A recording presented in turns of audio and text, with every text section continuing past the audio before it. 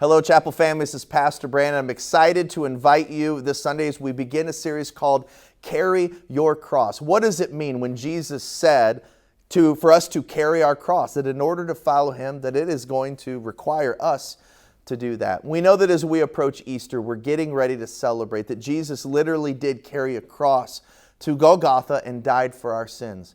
But when it came to us and what it means to follow Him, He used that picture to be able to describe what it means to be a disciple. When He is sharing that in Luke chapter 9, Peter came to Him just prior and said, "You're the Christ, the Son of the living God," and then immediately turned around when Jesus said He was going to the cross. Peter said, no way that you're going to do that. What I find so fascinating about that is Peter was able to answer correctly who Jesus is, but he answered incorrectly that Jesus would never go to the cross.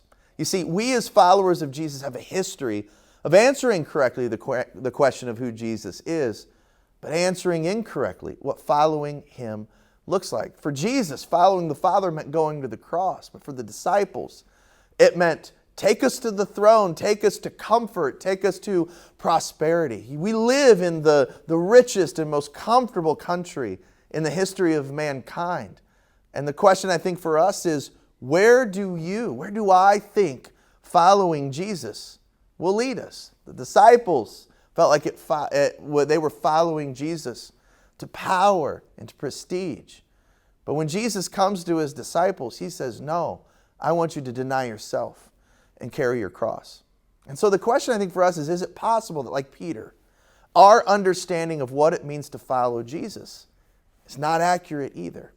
So I want to invite you to this series of Carry Your Cross, starting this Sunday on March 26th in our services at 9 and 10:30.